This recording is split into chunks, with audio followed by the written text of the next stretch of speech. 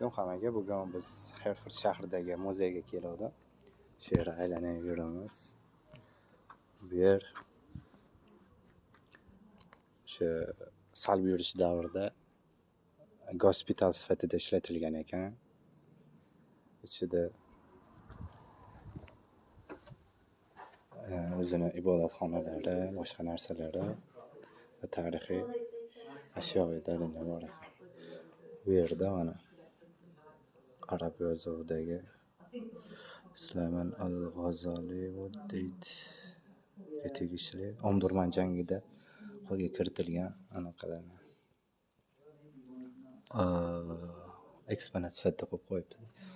Omdurman jangi 1898-yilda Angliya Misr bilan urushgan, Misrga qo'lga olish davrida bo'lgan ekan. Bu yerda asosan Sudan xalqi qarshilik ko'rsatgan ekan. Bu Sudanni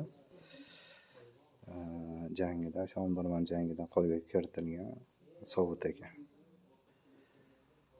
Bu yoqda ibodatxonasi, bu yoqda boshqa narsalar.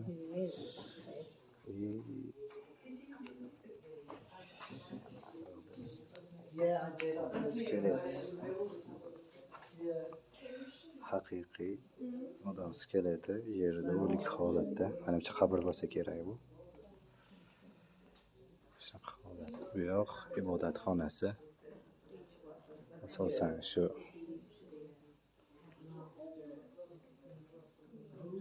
bu ikkitalar shu yer muzey xodimlari ekan. Bu yerda mana janglar qanaqa olib borilgani haqidagi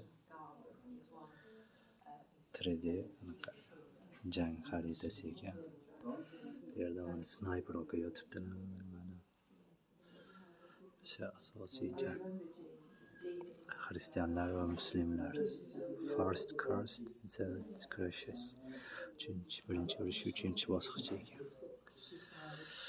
Shu Misr qanday qilib egallanish haqidagi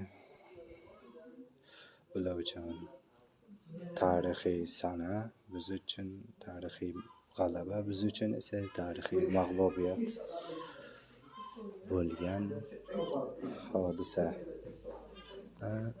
Faxrlanib muzey qilib qo'ygan. Mayli. Bu yoqda ikkinchi etajga chiqsa bo'lar ekan. Bu qirolicha Yelizaveta.